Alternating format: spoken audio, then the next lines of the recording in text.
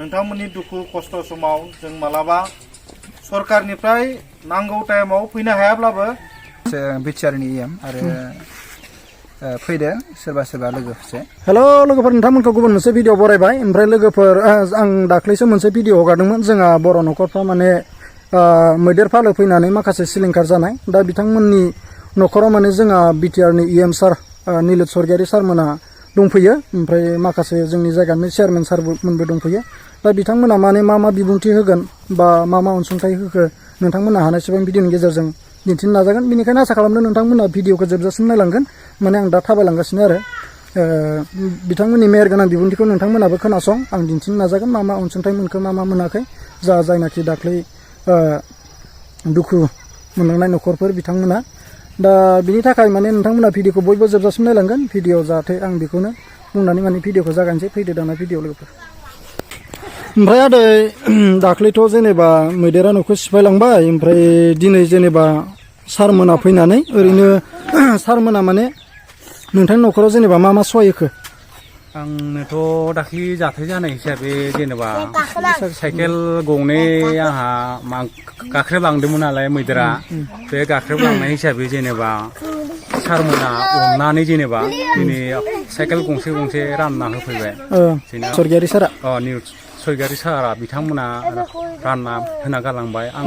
जोबोद मोजां मोनदों मानो होनना बुङोबा बेफोरबायदि उपाय गैयैखौ उपाय बानायनाय जेनेबा गोरिबाव थानायखौ माबा खालामना होनायखौ आं बिराद गोजोननाय मोनदों सारमोननिसिम गोजोननाय मोनदों आरो सहाय होनायखाय सारमोननिसिम ओरैनो बेफोरबायदिनो जाहाथे देनांहालागै बेफोरबायदिनो सहाय मोनबाय थाथो माबाफोर जायोबा बेखायनो आङो जोबोद गोजोननाय मोनदों आरो दा ओमफ्राय माने साइकेल गंसे मोनबाय आरो ना लोगोफोर ओमफ्राय माने थिंबो मोनदों दाख्लैथ' न'आ बिदि बायनायमोन नालाय दा थिंखौ माने बेबायदि होथ'नानै न'खौ लुथ'ना दं आरो ना लोगोफोर नायनो हागोन नै बिथां माने सारमोना होफैनाय थिंजों माने एसे न'खौ लुसाबना लादों आरो थानो आन्था लासैसो बानायनांगोन नालाय ओमफ्राय साइकेलबो गंसे मोनबाय बिथाङा ओमफ्राय दा माखासेनावबो थांगोन नोंथांमोननो दिन्थिगोन नोंथांमोना नायलांबाय था नैबे समाव दुखुनि समावब्लाबो जोङो थोजासे अनसुंथाइ होनो हायाब्लाबो जा एसे हायो जोंनि मानिजाथाव चिफ प्रमद बर'आ जोंखौ बिथोन होखानाय दङ जेराव जि माबा मोनसे असुबिदा जायोब्ला बेखौ एसेब्लाबो सुंथानाय मोनसे बेबस्था जिहेतु सरकारा दिनै UPPLनि सरकार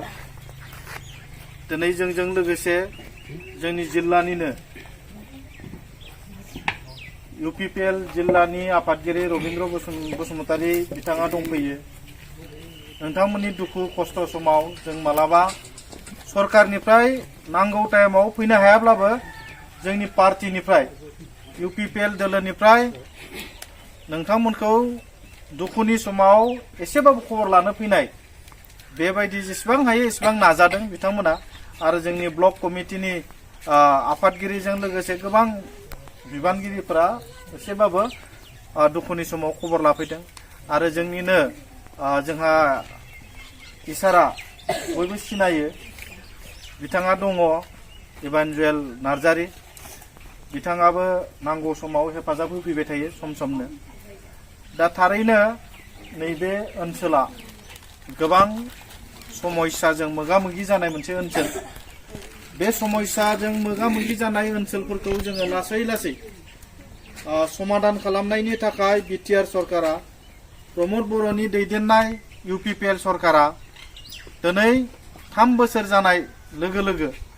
नैबे ओनसोलनि रायजो राजाफोरनि समस्याफोरखौ समाधान खालामनो थाखाय मोनसेनि उनाव मोनसे हाबाफारि लादों दा बिनिनो नोंथांमोना दिनै सरकारि रेशन कार्ड गैया नैबे ओनसोलनि रायजो राजाफ्रा सरकारनि माइरं मोनजाया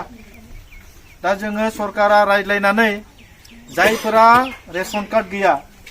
बिथांमोना 100% बेयाव रेशन कार्ड मोनजोबनांगौ बिनि थाखाय कुनु न'खरा जाहाथे रेशन कार्ड गैयाब्लासिनो थानो नाङा बिनि बेबस्थाखौ खालामबाय थानाय जादों आरो रेशन कार्डखौ दायो बुबाय थादों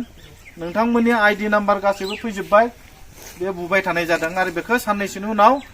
टटेलि कमप्लिट जाखांनायनि उनाव जोङो बेखौ राननाय जागोन जेब्ला रेशन कार्डखौ मोनगोन नोंथांमोना सरकारनिफ्राय एसेब्लाबो माइरं मोननायनि बेबस्थाखौ मोनगोन आरो जेब्ला रेशन कार्डखौ मोनगोन नोंथांमोना अब्ला नोंथांमोना बेमार आजार बहाबा माबा माबि जायोब्ला ओइ माबायाव हस्पिटालाव बे आयुष्मान कार्ड मिथिगौ ना नोंसोरो आयुष्मान कार्ड मोनगोन जेब्ला आयुष्मान कार्ड मोनगोन बे आयुष्मान कार्डआ बेहाय 5 लाख थाखा बेमार आजार नायनायनि थाखाय थाखा थायो माने दा बिनि सुबिदाखौबो नैबे सरकारा नोंथांमोननो होनो नागिरगासिनो दङ आरो बहाबा स्कुल कलेज एडमिशन दिनै जे एडमिशन फ्रि जागासिनो दङ रेशन कार्ड नांगौ जायो दा रेशन कार्ड गैयाब्ला उसुबिदा जायो आरो जोंनि सरकार फैखांनायनि उनाव जोंनि फरेस्ट माने इएम रनजित बसुमतारिया इएम जाखांनायनि उनाव जोंनि नैबे ओनसोलाव गोबां हा रानबाय हानि माने एफआरसिनिफ्राय फरेस्ट भिलेज होबाय आरो दायो गोरोबलायनानै रायजो जा दा जोङो फिसा मोनसे माने साइकेलनि बेबस्थाखौ जोङो आं आफादगिरिया बुंनाय लोगो लोगो जोंना